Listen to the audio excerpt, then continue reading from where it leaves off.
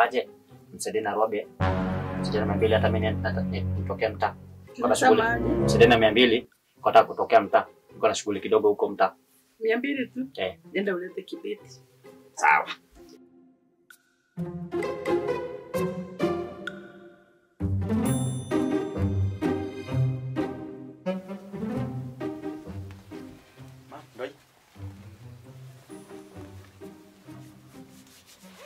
Mimi nasema yako barikiwe. Aki unaniokoreanga.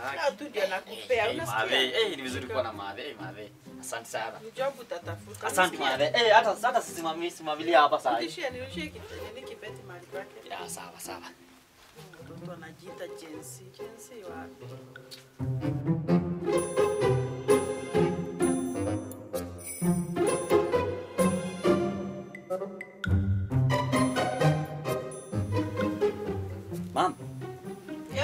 Mam, niko nasema aje?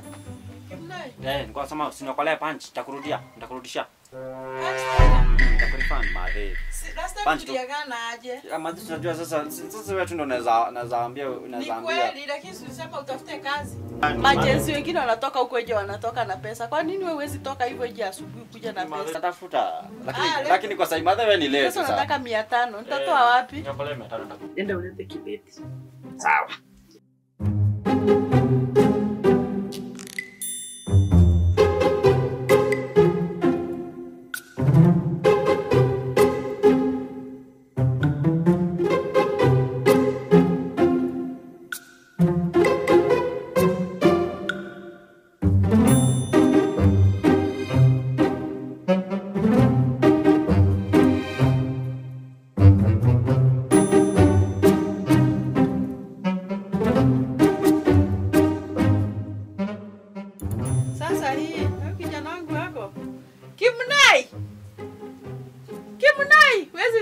Tasikia tu siku ya kuleta kibeti ukitaka pesa.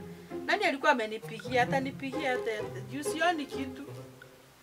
Na hii miwani yangu ni kama imeisha nguvu. Hata sioni kitu huku. Nani alikuwa amepiga? Achana naye atakuja, atanipigia tu. Atanipigia kitaka. Hata umekuja. Hebu niambie. Usinifanyie mimi unanifanyia ile kitu. Ati nini? God have mercy. Umekuwa mazao. Last time tuliagree aje? Tulisema aje last time wende utafute kazi.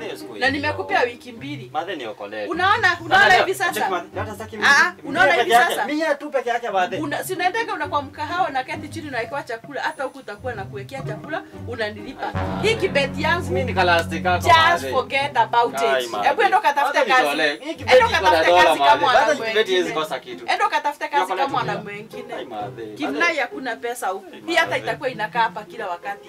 Atakamia. Mimi hata chakula kutakuwa unakula. Basi twani mkoro. Kimani ya kutoka, Kimani ya kutoka.